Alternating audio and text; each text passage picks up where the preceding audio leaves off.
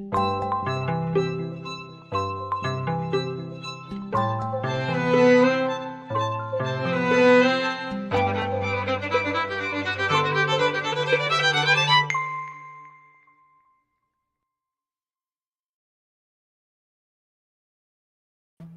morning. Good morning. Do you know what today is? I think it's Friday. Even more importantly, is Okay. episode 250. I know. So what's the name for it? Like, bicentennial is like 200. Yeah, I don't know. Quatra millennial centennial. Yes. But I want. That checks out. Where's the party?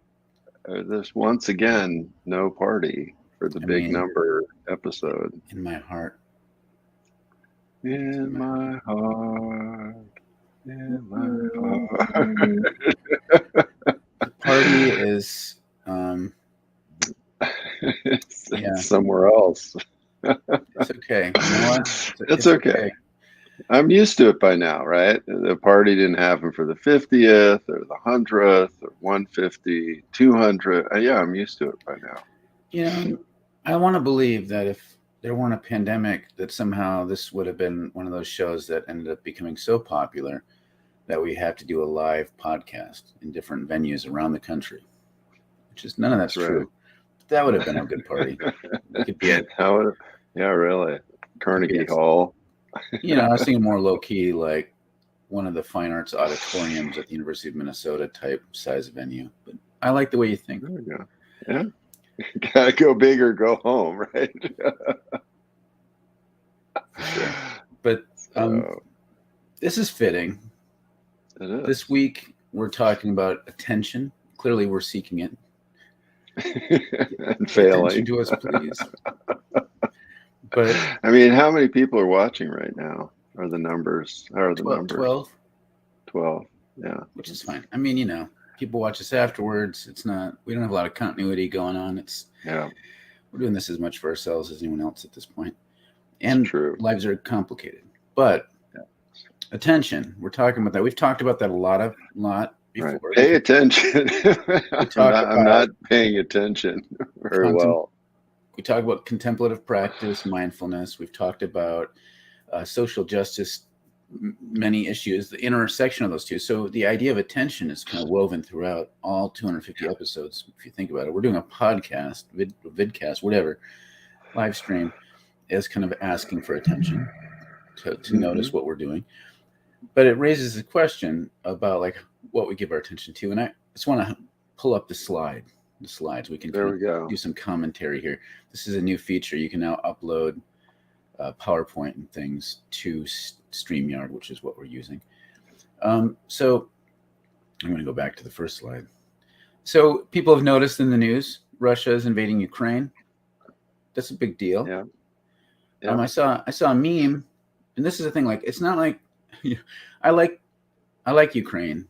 One of my favorite anarchist figures, Nestor Makhno. If anyone wants to listen to the Beyond the Bastards podcasts on Makhno, they're fascinating. It's like a 2 or 3-parter. Ellen has brought up Behind the Bastards podcast here. But the relationship between Russia and Ukraine is fascinating and problematic and painful. And this is an example of imperial aggression from Russia. It makes sense that people care. But I saw, during this week when there's been bombings and invasionary tactics against Ukraine, the United States has bombed Somalia. Saudi Arabia has bombed the hell out of Yemen, as they have been.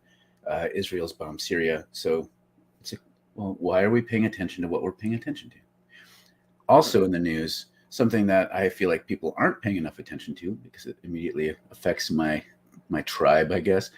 The governor of Texas is calling on citizens to report parents of transgender kids for abuse, as well as any clinicians within any sort of healthcare to do this. And, there's pushes like this in lots of states right now.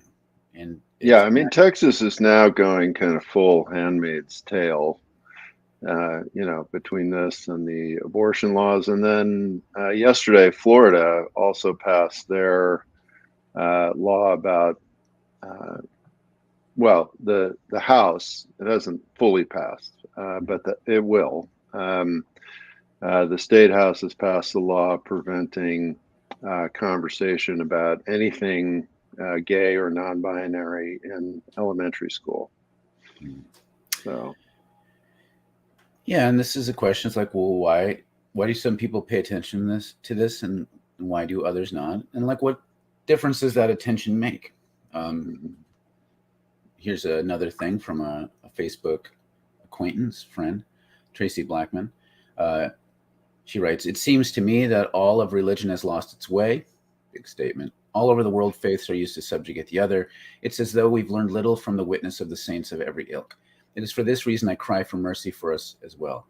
I'm bothered by the wars we lift up and the ones we dismiss.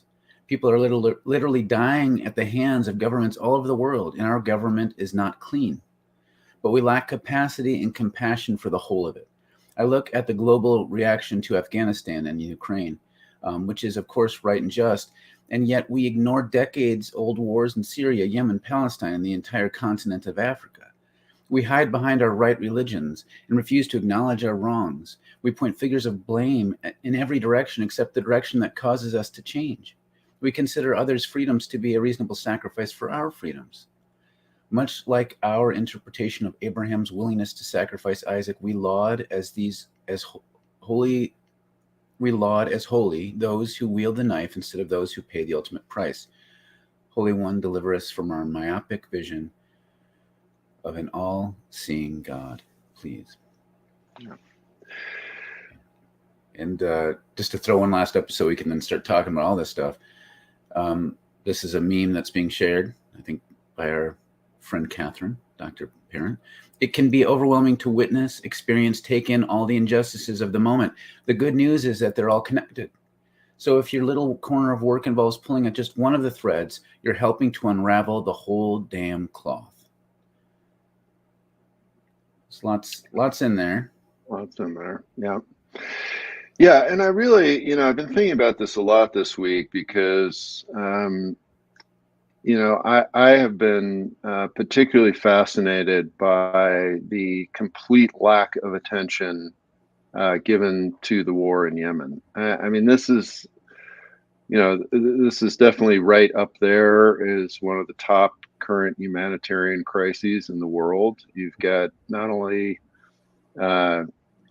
hundreds of thousands of people that have been killed. You've got millions of people facing starvation. You've got massive internal displacement of peoples. I can't even imagine, honestly, what it's like to live under those conditions. And yet, except for an occasional article usually when another country, one of the neighborhood countries, has a missile shot towards it or something, there's pretty much zero news about this. And certainly when you compare that to the news that we've been bombarded with about Ukraine, which again, I mean, this is horrible, but when you put up the actual statistics of what is happening to people, there's no comparison.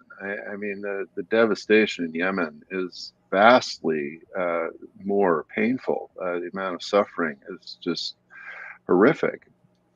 But Yemen is, quite frankly, a pile of desert rocks, kind of on the edge of this landmass full of a bunch of brown people that has very little resources, Muslim brown people that have very few resources. And this war is basically a kind of side proxy war between the United States and Iran. And it doesn't, need a lot of attention from the populace of the world, whereas Ukraine is this incredibly wealthy, resource-rich country and area of the world, and there is a massive struggle going on around who controls those resources. And so, having a big outraged population is a very important leverage point for those who are trying to control this place. And so, our attention gets commoditized and drawn to certain things. And it's very hard for us to be aware of how that process is happening to us. No, and it just comes off as shitty. Like, here's the thing. I've had this conversation so many times in my life where I'm like, well, what about this? And they're like, how dare you? Right. As though, because there is a humanitarian strand that can be put forward. The reality is the only reason the United States governmentally cares is because if Ukraine remains in the position of being able to be our ally, we have access to economic benefit. And if they become under the control directly of Russia, then we don't have access and they do. And so the fact there's like the same thing that's happened with every war we've been in.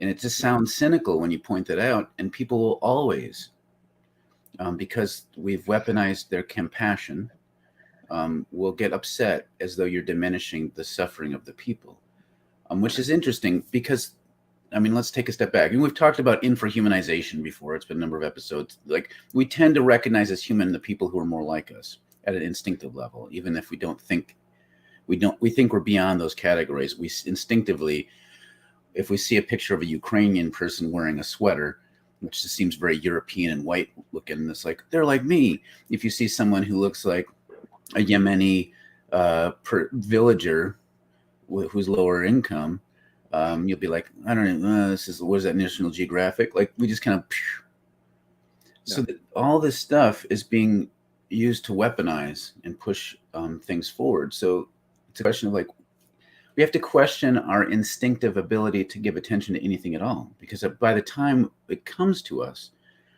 with a demand, our emotions are stirred and we react. And so most of the time, this is one of the truths that teachers of mindfulness and contemplation, including us, talk about all the time, is most of the time we are operating out of a place of programmed reactivity. We don't notice everything. We think we do. We're pre-programmed on what we notice, and the things we do notice, we react to. So there's no thought. We're not taking our thoughts captive, if we want to use Bible-y language. Mm-hmm. Mm-hmm. Some comments are coming in, and I know there's so many pieces to this, and we have to end on time today. So we might end up talking about this again, because this is a huge issue. Some good mornings. Good morning, Dave. Good morning, Ellen. Michelle says, fuck Greg Abbott. That's the governor of Texas. Fuck Florida lawmakers. They're the ones who are trying to do the same kind of thing. Yeah. Absolutely. Jim writes, it seems that we collectively are so overloaded with challenges that we're traumatized to inaction. That's kind of part of the point. And so then the issue is not just to figure out, how do I do everything and how do I do more, but how do I take a step back and retreat to a place of disciplined inaction, so that then I can act in ways that are important with how I want to show up in the world. Right. Yeah, absolutely, Jim. And and this is one of the real themes here, and one of the actually overt purposes of this commodification of our attention. And it's one of the things that one meme about everything being connected is trying to kind of be encouraging against, is that if what our attention is drawn to are massive problems that we are powerless to do anything about, and we're continually bombarded with that, then that becomes very debilitating, right? And literally our nervous system starts to shut down, and we just there's a sense of despair that sets in. There's this feeling of, well, I can't do anything. And that's exactly what the powers that be want, right? So they want us agitated about something that they want our attention drawn to, but then they also want us agitated in a passive way, right? Uh, and and that's the most what's the word I want to use? That's the most sort of incapacitated state.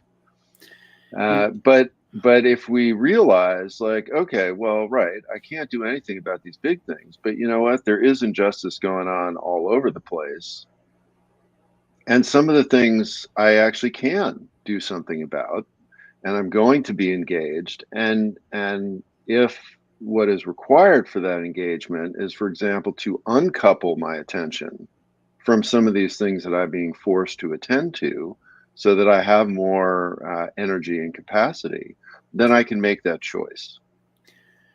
It's my brain is on fire with all the directions this can go. There's a lot here, and I think in part of the allotness. Another 250 episodes worth. I mean, probably.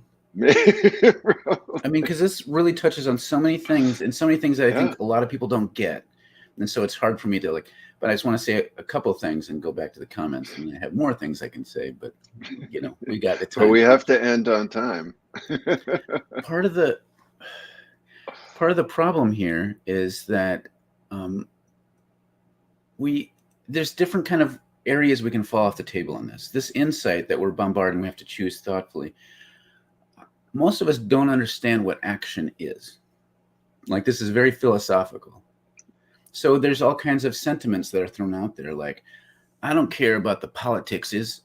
What I care about is the person in front of me. And so if that sounds great, and there's a lot of wisdom in that, but if you live in the suburbs and you're white, that's not helpful, right?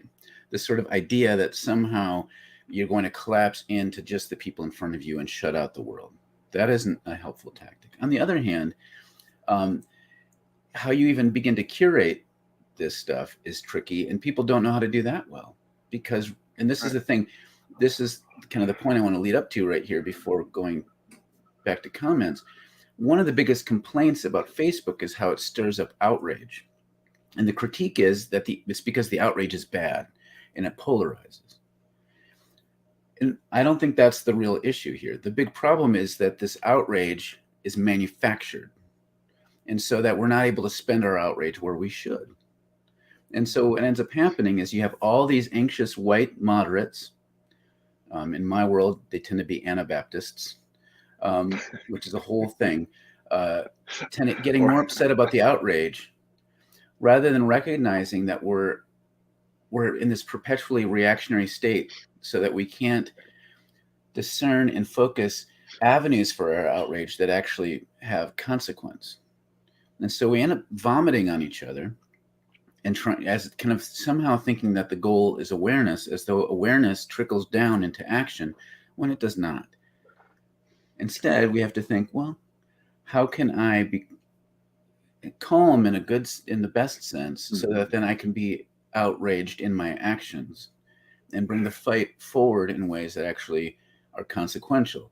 That's not the conversation that we usually have around this stuff, though. It's usually around, people are so upset at each other. Why can't trans people and Dave Chappelle get along? Like that kind of shit. Yeah. Well, and it depends what you mean by awareness, because contemplative awareness actually does trickle down into action. But awareness in terms of just like, am I reading the news? That kind of awareness tends to actually lead to paralysis more than just about anything else. Well, and there's a world of self-deception between the neoliberal awareness and mindfulness awareness, which a lot of people who read all the books think that they understand the difference, and I'm not convinced that they do. But that's a whole other thing. Again, 250 more episodes. 250 more episodes. Michelle is saying absolutely, Dan. NATO needs to go away. David writes, weaponized compassion. That's a powerful set of words. I could say more about that too. It's profoundly tragic. This is where our instincts towards goodness and connection, are the best of us, get turned against us because if you can overwhelm someone, they are in a reactionary state, and you can take their best instincts and direct it towards your evil and nefarious ends. This is how the principalities and powers work and why they exist. James writes, this is what Chomsky named in the Manufacturing of Consent. Great text. We are told what to care about, and that is what we care about. Yet everyone in Western society tends to think, since we have democracies, that we're individuals who think on our own and vote accordingly. And if you tell them free, and we're free, if you tell them that there's very ways in which we are more conditioned and constrained than the most dictatorial of societies, people freak the fuck out. Ms. Danger writes, hello, all glad to be back. No longer Christian, but I really appreciate your work. This is still helpful to me. Great, thanks. Yeah, good to see you again, hear from you again. It's been a while. We talk Jesus-y stuff, but neither Dan nor I are like really interested in keeping everyone blockaded within Team Jesus. So that's good. Ron says, be still and know.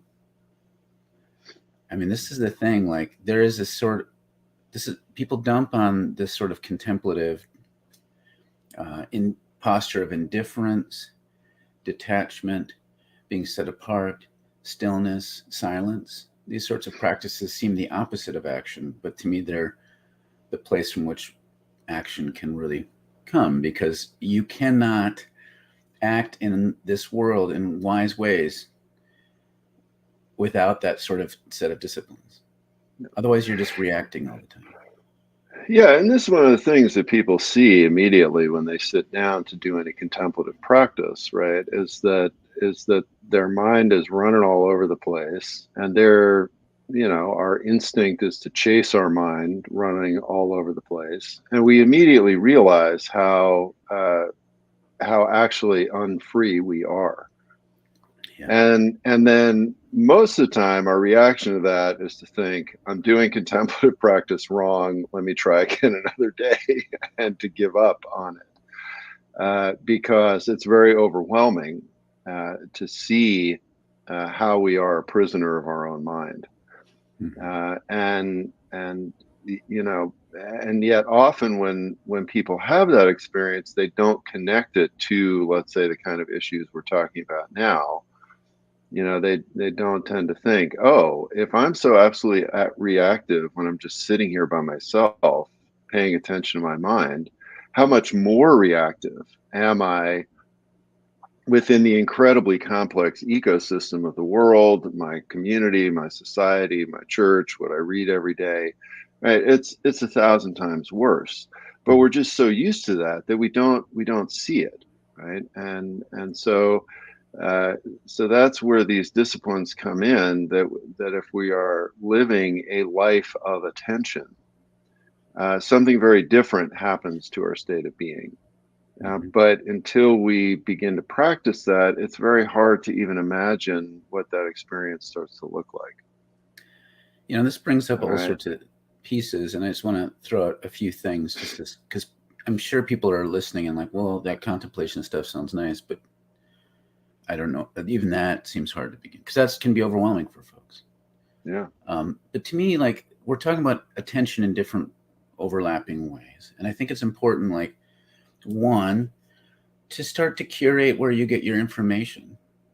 Like, it's kind of like everyone talks about that, but so that you can give your attention to sources that you don't have to spend so much energy analyzing all the time, right? And this is why news based on algorithms is shit. And why they got rid of, this sounds conspiratorial, why they got rid of Google Reader and all these things is because you cannot monetize outrage that way. All these other social media powerhouses monetize our outrage. So find a way to not do that. And then, and the goal of doing that isn't to figure out how to get outraged at everything, but just to start recognizing the truth. To me, this is the whole point of contemplation. Is it's a long, loving look at the real. It's a way of perceiving things and going deeper into our perception of reality. And then, but still being not quick to act. I think then it's like, then you'd have to choose to act where you can act in a way that's meaningful, and then let go of the outcomes enough so that at the end of the day you say, I've done what I can to be faithful. It is enough. Tomorrow is a new day. Like, to me, that is, personally speaking, whenever I'm operating from those places, I'm way more effective in my action, even though it seems slower looking from the outside. It's because it's not frenetic and anxious. Right. And we are addicted to anxiety in how we function in our society for real good reasons. Like, it's part of the design. Jim writes, thank you both so much for your insight and willingness to focus with us on thinking. And from that, responding more effectively, we need your presence. Thank you. Thanks, Jim. Yeah, and I think that this, what you're alluding to here brings up a very important point, which is that all of this takes time, right? All of this takes time. And, one of the reasons that we take a multi-layered issue like this attention, and then as we start talking about it, we realize how confusing it is because we rarely take time to reflect on that. Right. And our society, one, through, the slavery of wage labor, the slavery of private property, all of these things that keep us, on the hamster wheel, right? It takes away all of our time. And so, if we say, well, gee, every day I'm going to spend an hour, really reflecting on what's going on in the world. And if I'm American and I don't know anything about any other part of the globe, which is very, very common in America, I'm going to actually learn a little bit about like countries. Where do countries come from? Why is there a country called Yemen? Like, there hasn't always been a country called Yemen. How did that happen? If we were to say, I'm going to take an hour every day to do that, I mean, most people can't do that. Right? No. They're just completely absorbed. Or if they do have an hour, they're so exhausted, all they can do is, flop down on the couch and watch TV. So this isn't anybody's fault, but this is the system that we're caught in, right? And that's what people always do. If you can't do it, they try to shame you into action, which doesn't work. It only makes it worse. It's like shaming. My experience of being shamed as a fat person into exercising, as though like feeling more overwhelmed because now their shame will prompt me towards action. That's stupid as hell. Yeah, exactly. This is just a little plug. It's more of a cry for help. I've been trying to develop this inaction planner thing. I have a bunch of versions of this, and it's ready to go, but I'm still kind of thinking about how to release it into the wild. So if anyone has any experience, enough not just to throw advice, but like hold my hand a little bit more on it. I think it's important that people learn how to not do things. Like, that sounds dumb, but it's not. Like, I've had so many critiques about it because won't that keep people from acting? I'm like, no. It's the basis.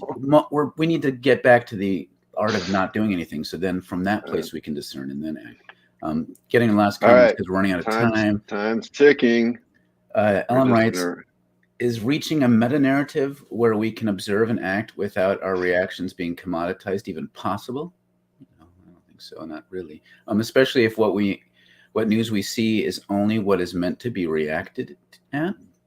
I feel that someone watching this will be confused between what you're saying and all lives matter, eye roll emoji. Referencing the calling attention to Yemen, Palestine, Syria during the attack on Ukraine. Of course, outlining the power dynamics between nations is my answer to those folks.